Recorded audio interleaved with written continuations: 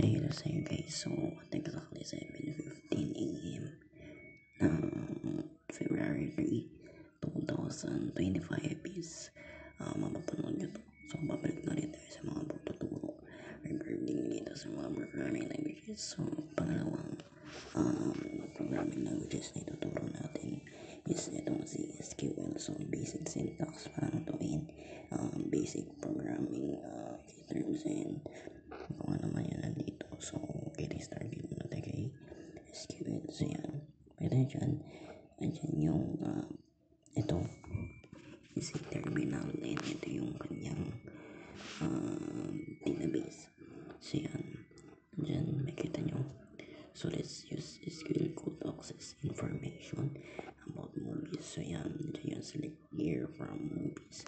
Ito yung list or yung table na na-create kay SQL. So dyan, complete the code to select your data from the movies. So yan, ito nga syempre, here lang yan, select here from movies. So syempre, basic pa lang yan.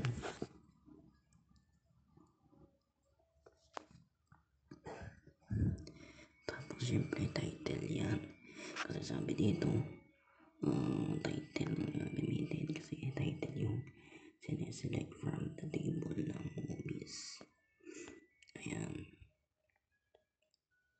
Tapos yan, complete the SQL code to select the movie title from the movies table. Syempre, select movies from coding table.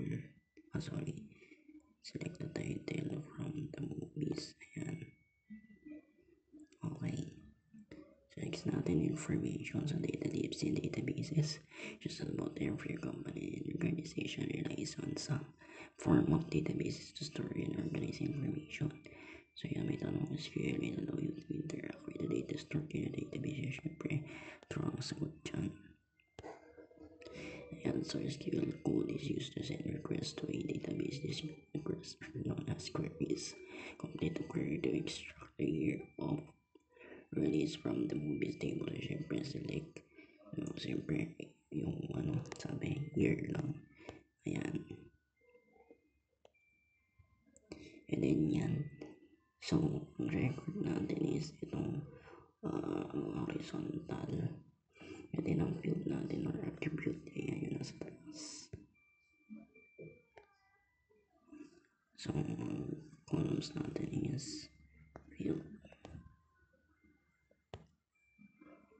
And then yan, a record row contains information about a subject such as particular employee, a customer, or product like a movie. Use the table in the image to find the number of records.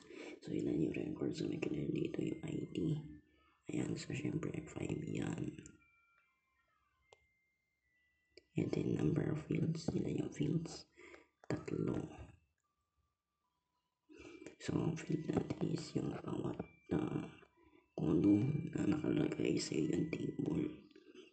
Ayan, and then the header.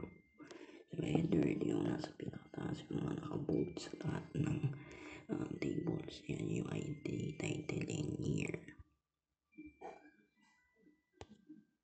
And then next naman is the command is used to extract field data from table. Create a query to extract the field. So syempre kung yung gagamitin pang extract is use the select. Ayan.